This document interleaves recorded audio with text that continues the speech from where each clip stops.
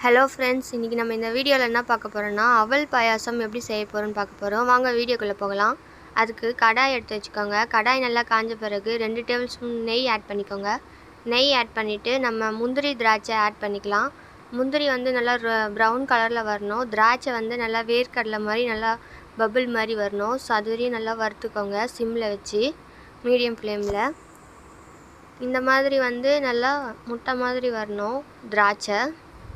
So இந்த மாதிரி வந்துடுச்சு. வந்ததுக்கப்புறம் ஒரு தட்டில் வந்து எடுத்து வச்சுக்கோங்க முந்திரி திராட்சையும். அதுக்கப்புறமா அதே நெய்யில் வந்து 1 கப் அளவு அவல் சேர்த்து நல்லா கரண்டி வச்சு கிளறிக்கலாம்.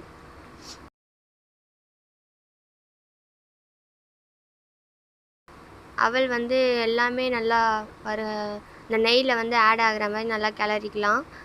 அதுக்கப்புறம் 1/2 லிட்டர் தண்ணி ஊற்றாத காய்ச்சின பால் ஆட் பண்ணிக்கலாம். சேர்த்து நல்லா கரண்டி வச்சு நல்லா கிளறி விட்டுக்கோங்க. நல்லா கெட்டியாகிற வரைக்கும் நல்லா கிளறி விட்டுக்கலாம். ஸ்டவ்வை மீடியம் ஃப்ளேமில் வச்சுக்கிட்டு இந்த மாதிரி நல்லா கெட்டியான பிறகு நம்ம ஏலக்காய் பொடி பண்ண வச்சதை சேர்த்துக்கலாம். 1 2 நல்லா சேர்த்து நல்லா கரண்டி வச்சு நல்லா கிளறி விட்டுக்கோங்க. அதுக்கப்புறமா 1/2 கப் சர்க்கரை சேர்த்துக்கோங்க, 1/2 கிளாஸு. அதையும் ஆட் பண்ணிவிட்டு நல்லா கிளறி விட்டுக்கோங்க. எல்லாம் நல்லா சேர்கிற மாதிரி இந்த மாதிரி கரண்டி வச்சு கிளறிட்ட பிறகு நம்ம ஃபஸ்ட்டாக முந்திரி பருப்பு திராட்சை எல்லாம் வறுத்து வச்சுருந்தோம்ல, அதையும் சேர்த்துக்கலாம். அதையும் சேர்த்து நல்லா கிளறி விட்டுக்கலாம். அவ்வளோதான் ஃப்ரெண்ட்ஸ், அவல் பாயாசம் ரெடி ஆகிடுச்சு.